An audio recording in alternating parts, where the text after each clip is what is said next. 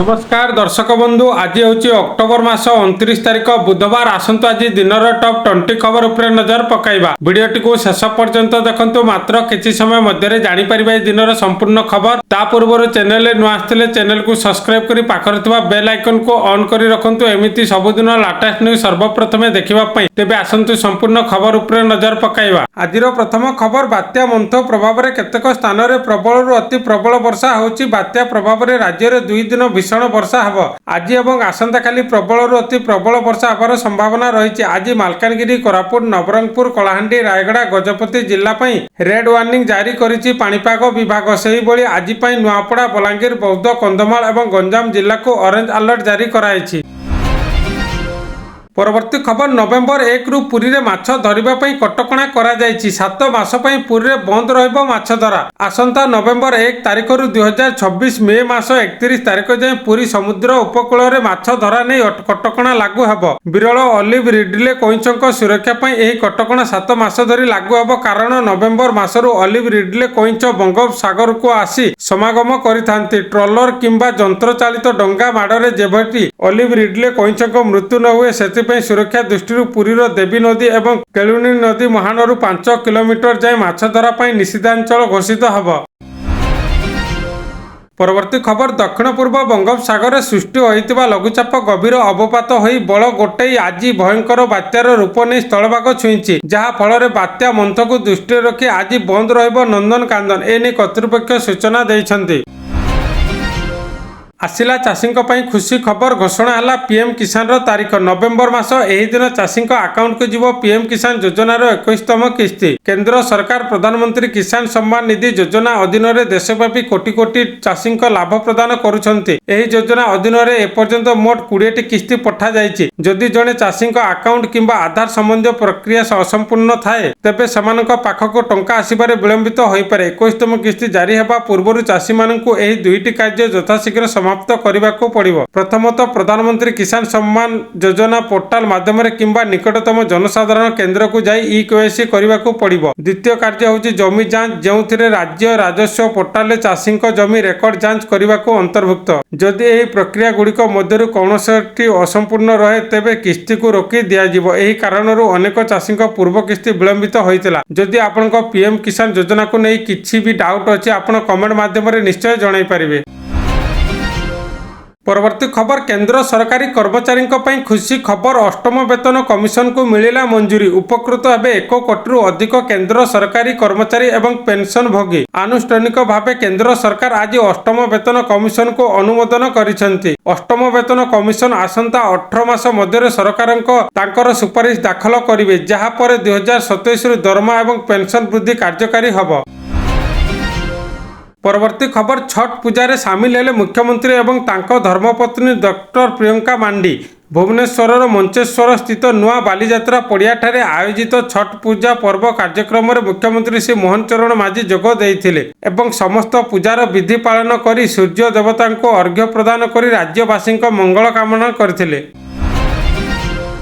परवर्ती खबर एणिकी बस रे अग्नि निरापत्ता बाध्यतामूलक होइछि। विपदपूर्ण यात्रा को एड़ाइबा पई परिवहन एवं अग्निशमन विभागर नुआ नियम जारी कराइछि। आगामी दिन में यार कड़ाकड़ी जांच हब। जो माने नियम उल्लंघन करिवे सेमानक विरोध में कड़ा कार्यानुष्ठान नियाजिबो ता सहित जरिमाना भी गणिबे। दरकार पड़िले बस को जबत कराजिबो। एने आज भुवनेश्वर आंचलिक परिवहन कार्यालय 1 रे थिबा वाणिज्य एवं परिवहन विभाग अग्निशमन एवं जरूरीकालीन सेवा निर्देशालय एवं राज्य बस मालिक संघ को नहीं अनुष्ठित एक स्वतंत्र बैठक में अग्निशमन डीजी सुधांशु षडंगी एवं परिवहन कमिशन अमिताभ ठाकुर जोगदे एभली सूचना दैछन्ति।